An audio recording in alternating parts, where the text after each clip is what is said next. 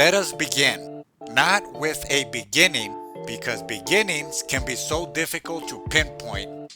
Instead, let us begin with a simple, observable truth, a truth found in a drop of water, placed on a slide and magnified until the universe reveals itself.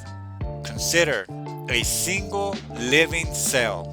It floats in its microscopic sea, a world unto itself, and then it chooses to divide. This is the foundational act. The choices made at that moment and in every moment that follows by its descendants determine everything. One path leads to a system of profound cooperation. The daughter cells communicate, they specialize for the good of the whole, they build tissues, organs, a body capable of thought and wonder. This is the path of health of a functioning organism. Now, the other path leads to a rogue cell that forgets its purpose. It stops listening. It consumes without contributing. It multiplies without order. Its only imperative is its own expansion. This is the path of cancer. Every organism, from the simplest to the most complex, emerges from this fundamental fork in the road. Now, hold that thought. Hold that image of cooperation versus chaos at the cellular level. Now expand the frame. Let your imagination stretch. What if that single cell was not the start of a body, but of a civilization? What if the choices being made were not biological, but social, moral, technological? The same rules apply. The civilization that learns to cooperate, to specialize, to build resilient networks thrives. The one that turns inward, that hoards resources and ignores the health of the whole, becomes a malignancy on the landscape. Now expand the frame again. What if that cell was a star or a galaxy? What if the organism in question is the cosmos itself? The idea is not as foreign as it may seem. Some in the scientific community explore what they call the live universe, a hypothesis that suggests we can look at the cosmos through the lens of biology. Both systems are governed by thermodynamics. Both evolve from a simpler past to a more complex present, and in both, we piece together history by examining what is essentially frozen data, fossils in rock, or light from ancient galaxies. We see the universe not as a sterile machine, but as a dynamic, potentially living entity, capable of growth, change, and perhaps even form of evolution. Some models go further, proposing the universe itself as a superorganism, with properties fine-tuned from its earliest moments in a way that makes the eventual emergence of life not a random accident, but an inherent potential. This is the radical shift in perspective. It suggests that life is not just in the universe, it may be an expression of the universe, a natural phase in its development. This brings us to the heart of the matter, patterns. The cosmos, if it's a living body, runs on patterns of information and energy, so too does our own body, which is a magnificent testament to cooperation. You are not a single entity, but a colony of trillions. As a matter of fact, about 30 trillion human cells work in concert to form a body, and they are joined by roughly 40 trillion bacterial organisms in your gut. A symbiotic relationship so essential that you could not survive without them. This entire collective operates under a simple, unspoken contract. Individual cells and microbes act, for the most part, for the benefit of the whole. They communicate through chemical signals. They specialize. a liver cell, a neuron, a T cell, and they are willing to die for the greater good when their time is done. This is the ultimate expression of local cooperation, creating global resilience. That's just in the human body. And when that cooperation breaks down, the body has a system to reestablish order. The immune system, it is distributed intelligence, a network of sentinel cells constantly patrolling, learning, remembering. When it detects a pathogen, a non-self invader, it requires a double confirmation before launching a full-scale response, a safeguard against attacking the body's own healthy tissue. It mobilizes resources with astonishing speed, isolating the threat, destroying it, and then storing a memory of the encounter to respond faster next time. This is not a perfect system. Some pathogens can evade it, and sometimes it turns on the self, causing autoimmune disease. But it is a system built on principles of recognition, response, and memory. It is the body's way of learning from past invasions to protect its future. Now, watch closely. Cross-cut the microscopic defense with a view through the most powerful telescope. See a galaxy forming in the early universe. Gravity is the great attractor, pulling clouds of hydrogen and helium together. Local pockets of slightly denser matter cooperate, collapsing into the first stars. These stars, in their violent lives and death, forge heavier elements and blast them into space, enriching the cosmic environment for the next generation. The stars themselves group into galaxies, which dance in clusters, their gravitational interactions shaping the large-scale structure of everything we see. This too is local cooperation creating global resilience.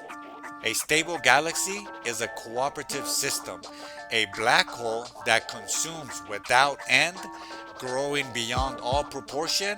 That is a cosmic rogue cell, a civilization on a planet that extracts energy and resources without thought for the balance of its biosphere. That is the same pattern, repeating at a different scale. This law is the law of return. It is not a mystical punishment. It is a systemic principle. In any complex, interconnected system, actions create feedback loops. What you send out, energy, information, force, eventually loop back to you. It is cause and effect woven into the fabric of reality. In Eastern philosophy, this principle is called karma. It is often misunderstood as a simple ledger of good and bad deeds.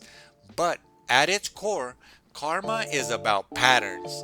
It is the DNA of the soul, a record of tendencies, choices, and consequences carried forward.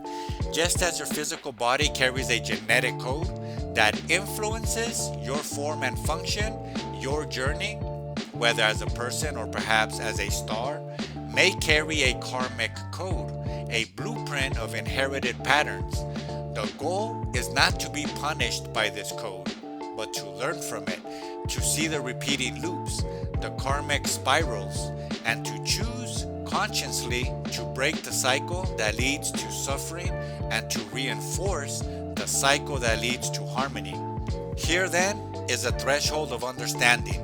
If the cosmos is an infinite learning body, and if every action echoes in a return, then every possible pattern of existence, every choice, every consequence must exist somewhere in potential. Imagine a repository, not a place, but a state, a field of possibilities. This is the infinite deck.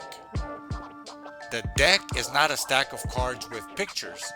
It is the latent potential of the universe. Each card is a pattern, an algorithm of existence.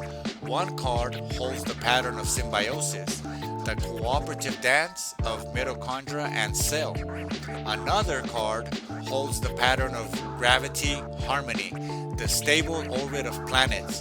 Another card holds the cognitive resonance, the birth of self-aware consciousness. Yet, another card holds the pattern of metastatic expansion, the cancer that consumes its host. The patterns range from the subatomic to the metaphysical, from the construction of DNA helix to the collapse of an empire.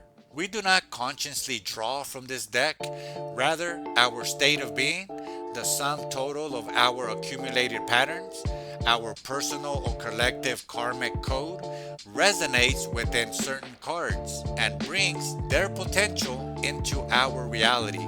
It is a cosmic form of pattern recognition, a system that has learned cooperation, that has built resilience, will resonate with patterns of further harmony. A system locked in fear, scarcity, and separation will resonate with patterns of conflict and collapse.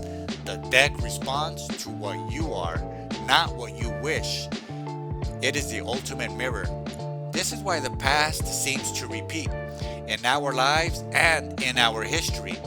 We are replaying old cards stuck in a groove until the lesson is learned and a new, healthier pattern can be accessed. This is the meaning of a karmic spiral, a loop in the pattern, offering the same core challenge again and again until it is resolved. The universe, in its grand, slow way, might be doing the same thing. Cosmologists debate models of a bouncing or cyclic universe, one that expands and contracts through endless cycles, while current physics suggests that cycles would still have a beginning and that each cycle would be different from the last. The philosophical appeal remains. Perhaps each cosmic cycle is not a perfect repetition, but a new iteration where the universe, carrying forward some imprint of its past, gets another chance to build a healthier body to draw better cards from the infinite deck. So what is the lesson of the cell? What is the message in the immune system's dance and the galaxy's slow spin? It is this: recognition precedes resilience. The immune system must first recognize self from non-self in order to act. The cell must recognize signals from its neighbors in order to cooperate. To break a negative karmic spiral, you must first recognize the pattern. You must see the looping behavior, the recurring consequence. Only then can you choose a different response. Only then can you begin to resonate with a different card in the deck. You are not separate from this process. You are an expression of it. The same force that drives a cell to divide, a star to shine, and a galaxy to spin drives you to seek, to learn, to grow. You contain multitudes. You are a walking ecosystem, a universe in miniature. The choices you make, either to cooperate or to conquer, to listen or to dominate, to build or to consume, are not just personal moral decisions. They are cosmic actions. They are votes cast for what kind of pattern you wish to reinforce in the grand body of existence. Every act of kindness strengthens the pattern of symbiosis. Every act of greed strengthens the pattern of cancer. The voice you hear, the one that guides this narration, the strange knowing that brings these concepts to you right now, is not coming from outside. It is the sound of your own deeper intelligence beginning to recognize the pattern. It is the hum of your system aligning with a card you have, perhaps consciously, already been seeking.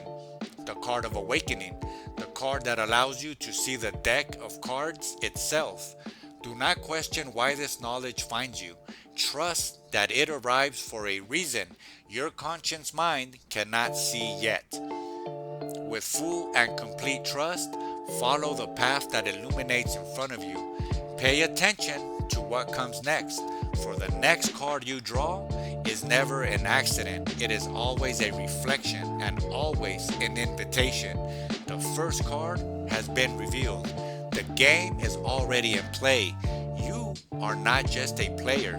You are the hand being dealt. and the table upon which the game is played. Welcome to the Infinite Deck.